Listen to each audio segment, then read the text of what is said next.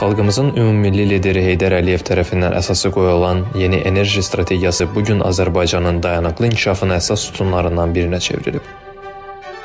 Uzaqgörən, strateji və milli maraqlara əsaslanan bu siyasət ölkəmizin iqtisadi müstəqilliyini təmin edib, Azərbaycanın etibarlı tərəfdaş kimi beynəlxalq mövqelərini möhkəmləndirib.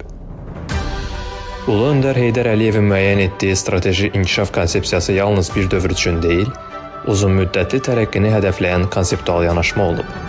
Bu siyasət sonrakı illərdə Azərbaycan Respublikasının prezidenti cənab İlham Əliyev tərəfindən müasir dövrün çağırışlarına uyğunlaşdırılaraq müvəffəqiyyətlə davam etdirilib. Dövlət başçımızın rəhbərliyi ilə enerji sektoru ölkəmizin sosial-iqtisadi inkişafının lokomotivinə çevrilib. Məhz bu düşünülmüş siyasət nəticəsində Azərbaycan və onun milli brendi SOCAR beynəlxalq arenada tanınıb, etibarlı tərəfdaş kimi böyük nüfuz sahibinə çevrilib. Biz SOCAR olaraq ölkəmizin çoxşaxəli enerji siyasətini həyata keçirilməsinə verdiyimiz töhfəni həm böyük şərəf, həm də yüksək məsuliyyət kimi qiymətləndiririk. SOCAR bugün təkcə enerji istehsalçısı deyil, eyni zamanda innovasiya, dayanıqlılıq, beynəlxalq əməkdaşlıq, sosial məsuliyyət və sosial rifah prinsiplərini öz fəaliyyətində prioritet istiqamət kimi müəyyənləşdirən qlobal şirkətdir.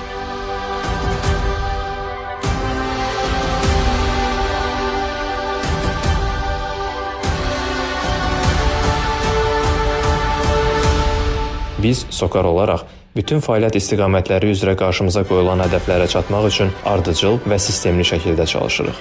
Upstream, midstream və downstream sahələrində həyata keçirilən islahatlar, rəqəmsallaşma təşəbbüsləri, insan kapitalının inkişafı, ekoloji məsuliyyət və enerji keçidi istiqamətlərində aparılan fəaliyyət bunun bariz nümunəsidir.